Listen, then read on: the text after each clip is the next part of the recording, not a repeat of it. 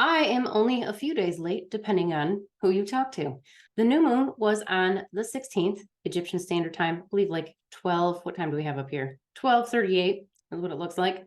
However, the Sumerians reckoned the start of the new month when they could see the first visible crescent. I have been working so hard to be outside at night or, just before moonset to see if I can see it. I have not been able to. There is a bit of haze and dust just above the horizon. So I'm assuming that that's what's going on.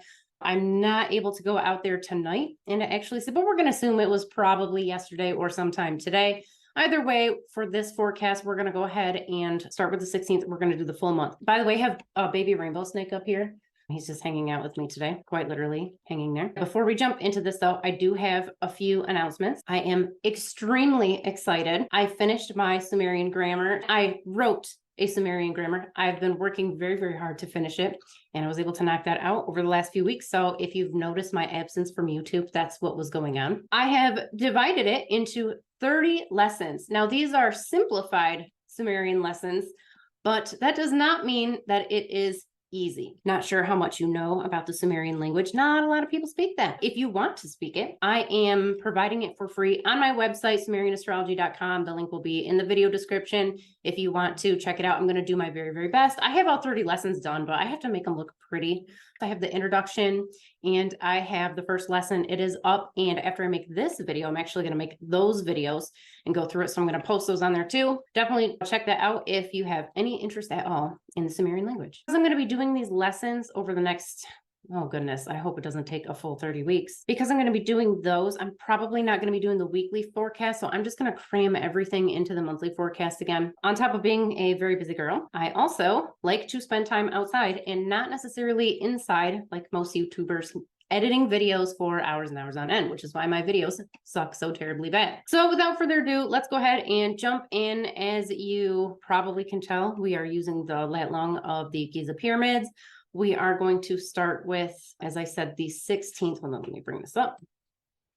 And if you have never watched one of these with me before, just so you know, this is a very general forecast. I can't tell you exactly how all of these conditions are going to affect you personally, because I don't know where you live, I don't know what country you're in, and I don't have access to your individual natal chart. So if you would like me to take a look at those for you, I will put my information in the description. But again, everything can be found on my website, SumerianAstrology.com.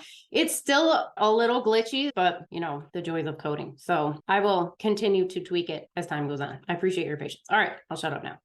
Okay, let me pull out some of these constellations and get rid of the atmosphere and horizon. Again, this program is called Stellarium. It is open source. You can download it right now. It is so much better than the web application. The web application is still cool, but this one is just phenomenal. So we're looking for the moon over here. So this was the exact time. Now, again, this is Egyptian Standard Time. If you are not in Egypt, which I'm guessing most of you aren't, you'll want to do the time zone conversion and whatnot. Baby Rainbow, you can't strangle me while I'm talking, honey. You gotta sit right there. You go. That's better. If you don't know why we're doing this on the new moon and why we're using this as a template for all of our predictions this month, it's because this is giving us a snapshot. Most of your returns in general, they're going to give you a snapshot for that time frame in question. So at the time of the new moon, as you can see, hopefully you can see, yes, the sun and the moon were conjunct right here in the first part of Leo.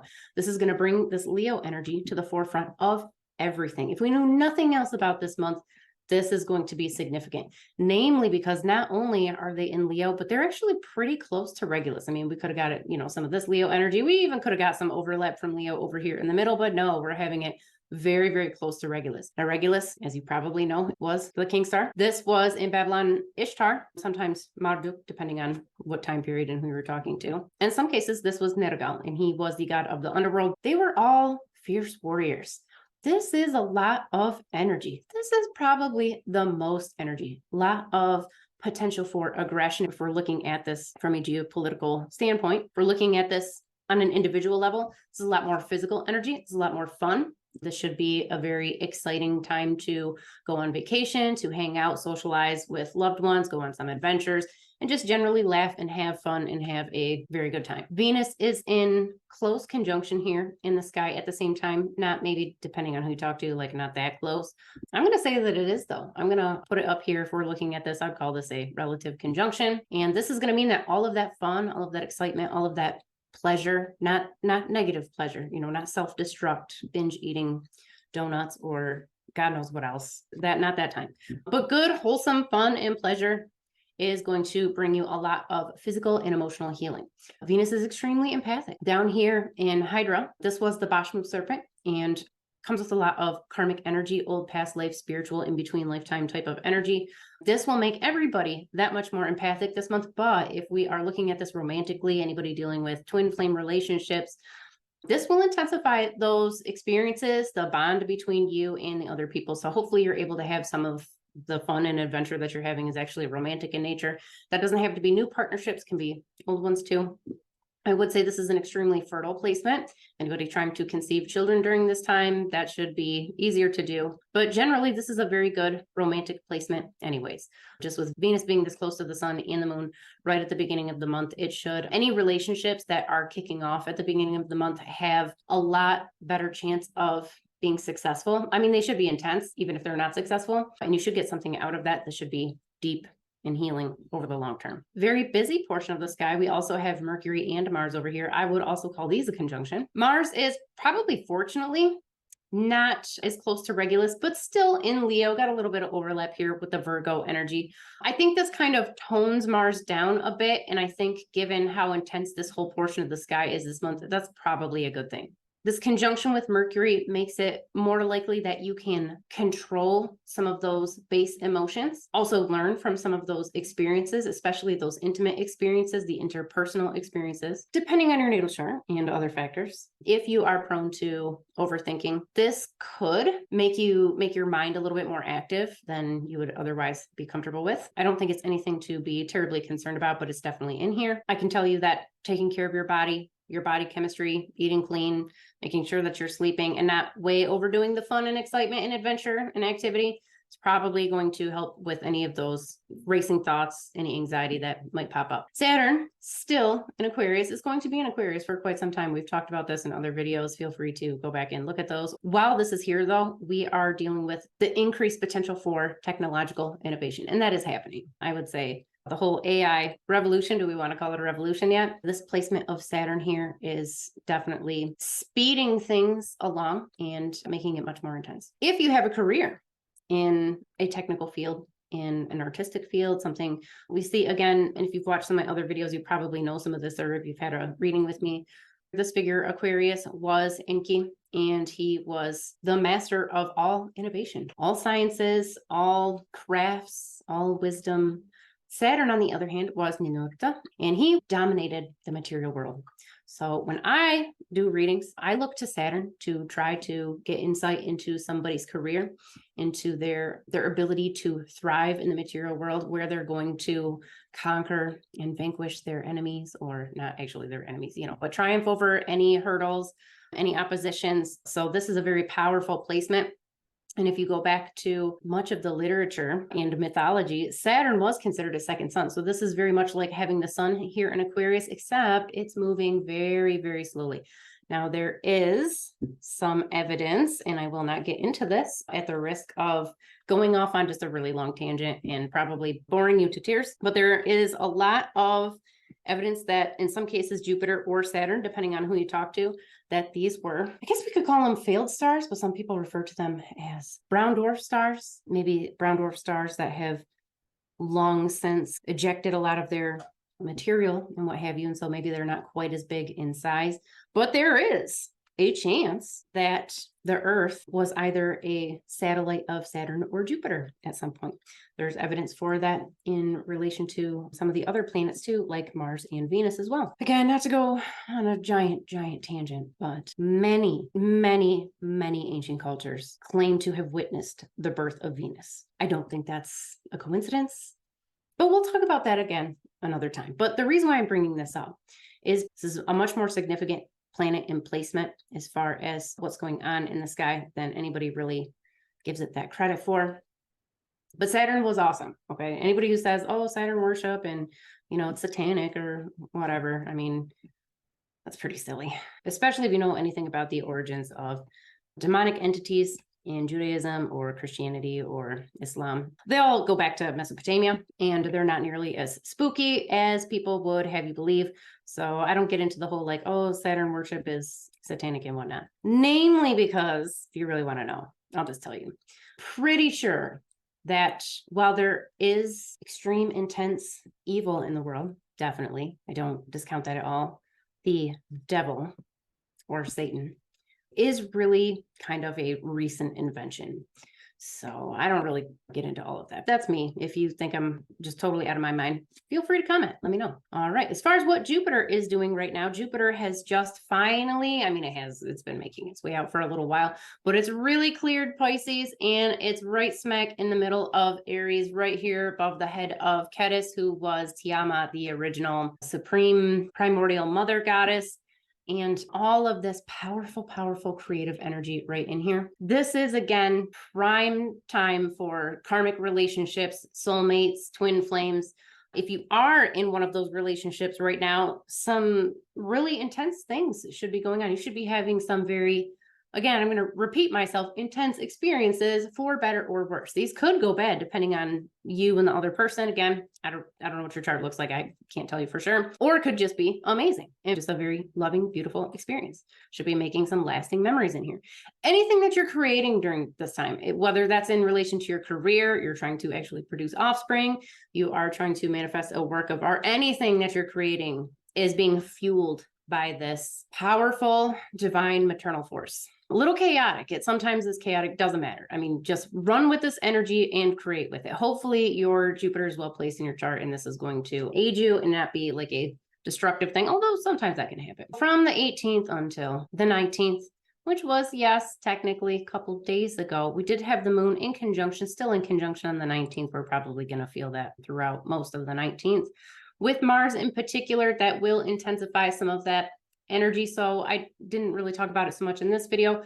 Mars was Nergal, and he was the god of war, death, and pestilence. He did enjoy a very graphic romance with the goddess of the underworld, Eresh Kigal.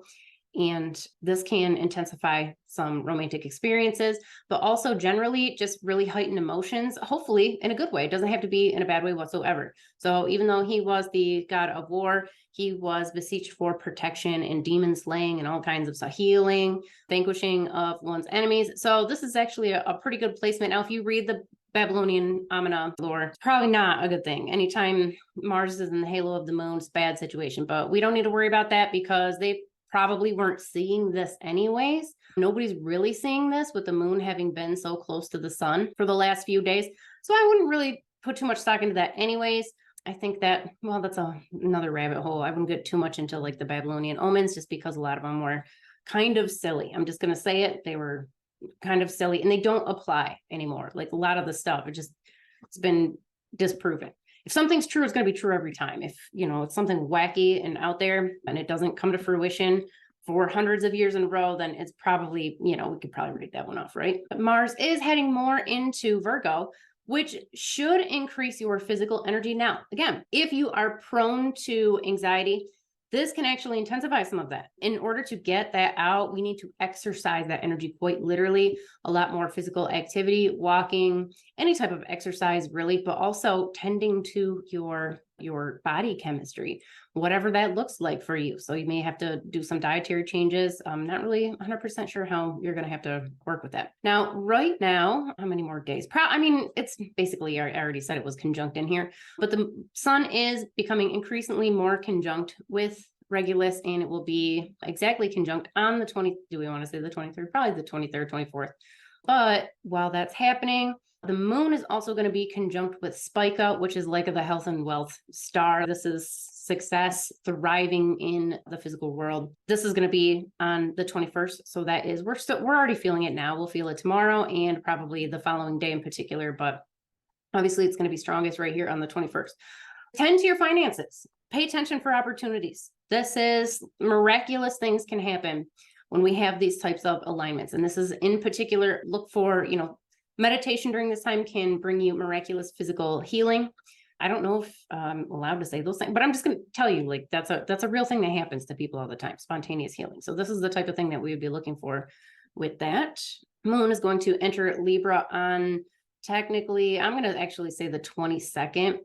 This in particular is going to put more attention on, if we're looking at it from a business standpoint, this will definitely increase activity and energy and focus in those areas. But this could also just be more social energy. It's hard to say. Not because Libra is all about balance and making friends and all of that. It's not really. It's more about the marketplace and cooperating in order to be able to feed yourself in life in general. Anytime we have the moon in Libra, these were the claws of the scorpion. We're still getting a lot of that intense Scorpio energy, even though it's not really entering the main part of Scorpio until the 24th. It is going to, between the 24th and 25th, the moon will be conjunct with Antares. And that is the Lisi star. That is going to intensify our emotional reception, kind of like turning us, like if we're all emotional antennas, it's going to be tuning that up. So sometimes, I mean, tensions can be high during that time, but also it opens us up for very intense interpersonal experiences. So hopefully that's going to work out in your favor. The moon is exactly conjunct with the galactic center on the 26th. That should heighten all of our intuition and give us the opportunity to connect with the source, whatever that looks like for you. So please, if you can, meditate on this day. I do think that will benefit you. And if you do, let me know how that goes in the comments, because it should be pretty interesting. As that's happening, obviously you can see here the moon is moving into Sagittarius from the 26th, and that's going to be right in the middle on the 27th, moving out around the 28th. Anything at all that you are focused on is going to be benefited from this. So whether that is personal or professional, whatever you're doing, be in the moment, be in the present, and you will find that it's much easier for you to be in flow. Moon is going into Capricorn. I mean, we are feeling that on the 28th and 29th, right there in the middle, and probably some of the 30th. Again, this is a lot of focus, dedication, energy. Now, you may not still get the same flow, but you may. Anybody who works in a health and wellness field, or anybody working on healing themselves or other people, you should be able to pull a lot of this maternal energy out of Capricorn into the 30th, the 31st, and, you know, a little bit on either side of those. We are going to get the moon in Aquarius, and that is going to make you probably much more, and again, we're generalizing here, a lot more creative, a lot more ideas. Again, meditate, should be interesting. But right between, it's going to probably be around midnight-ish on the 31st in particular. This is powerful success. Again, I would say this is more if you do any type of ritual work, even doing like pujas and that type of thing during this time, exceptional. If you are waiting for a good time to do something like that for your business, for your family, for your health, and you're trying to put that energy into something in particular, that is the time to do it. The moon is going to be going into Pisces, and this is going to give us some really weird dreams. We're still going to get a lot of that creativity, but things might be a little bit more internal, a little less concrete. It is a good time to maybe finish some things up, or even bring some things to a little bit of a close here. By the time we get right here, we're really looking at Aries energy. And I say Aries, I could care less about the constellation of Aries. It is as tiny. Can you see how tiny this is compared to all of the other constellations? This is a late addition to the zodiac. They did not really care about this. Ancient people did not. What we need to take away from this is this entire portion of the sky is just pure raw creativity. And again, this is the Tiamat, primordial mother goddess energy. And that's what we're looking at. Midday on the 4th, we're definitely going to get this conjunction with Jupiter. Success. Now, if we are looking at geopolitics, though, this could be some political, it's so hard to say anymore. I mean, it's crazy. It's crazy out there. But this can definitely trigger some egos of people in power. And it can trigger some national and international events and occurrences. So putting that out there for you. Keep an eye out. Moon into Taurus, very close to the Pleiades. Not traditionally, again, this is more Babylonian lore, but usually when the Pleiades are in the halo of the moon, we are looking at some potential for war, aggression, general plague, possibly some bad stuff. While this is happening, this can go a bunch of different ways. On an individual level, depending on what your Taurus looks like in your moon and your Taurus look like in your chart, this could be great for you. Could come with a lot of increased stability, success, a lot of focus. If your Taurus is kind of struggling in your chart, it could be a little chaotic. Just, just depends. And again, I have no idea. I can't tell you for sure how that's going to affect you. And if anybody's out there telling you exactly how this is going to affect you, that's not possible. I'm just trying to be honest with you. I know it's bad for business and I don't care. Nobody can tell you those things. these are individual conditions and they play out differently for different people. So for example, if I give you some eggs and flour and water, you could make some very bland pancakes with those, or you could just make some goo. I mean, what you do with the ingredients is up to you. So nobody can tell you exactly how this is going to play out for you unless they really, really spend some time looking at your chart. And then they probably can give you a good idea, but still, I mean, you're the one who makes the final decision. Okay. Don't let any of these astrologers online make decisions for you or live your life for you. You have to, first of all, take responsibility for all of the things that are happening to you. I think it was Grant Cardone who said, or at least that's the voice in my head that makes me really remember it. But he said, nothing happens to you. It happens because of you. And I do believe that that's the case, because I believe that we are creators and we are creating everything that we experience. Does that mean that we create bad things to happen to us? Yeah, I think sometimes that we definitely do that, whether that's subconscious or we're doing that from a higher level so that we can try to learn something or have these deeper experiences. Again, philosophical conversation, probably don't care about that right now, but definitely don't let anybody disempower you. Okay. You are the master of your fate. We can give you a map, all of us astrologers or psychics or whoever, we can give you a map and tell you like what it looks like the best path to take is, but ultimately it's all in your hands. I need to put this message out here in large flashing neon lights. This is especially true for a particular culture where astrology is a major part of life and religion. You cannot just believe whatever an astrologer tells you. You have to live your life. Okay. So, all right, I think I've made my point. Where were we at? Baby Rainbow Snake is trying to escape, and the moon is still right in the middle of Taurus, right near the bull's jaw, which is over here, Aldebaran. It's a very powerful time. I would say it's a little bit more cognitive and less emotional, but definitely it's a power time. Where are you going? You don't even know. Yeah, I don't think you know. Into this portion of the sky. I know if you've seen my other videos, we've talked about this. This is a ton of information right here, a ton of overlap. We're not going to focus on it too much right now, not just because Baby Rainbow Snake is escaping, but because I don't know that it's going to be as intense for it. It's definitely a crossroads. Okay. We're going to call it a time of transition where we're moving from the cognitive to the emotional, what is moral in relation to society and what is right for you as the individual. There's a lot of that going on over here, but I don't think it's going to be quite as noticeable right now. Talk about it every single month. So definitely check out my other videos. Over here, obviously you can see Venus is retrograde. So she has been moving into Cancer this entire time that we were talking.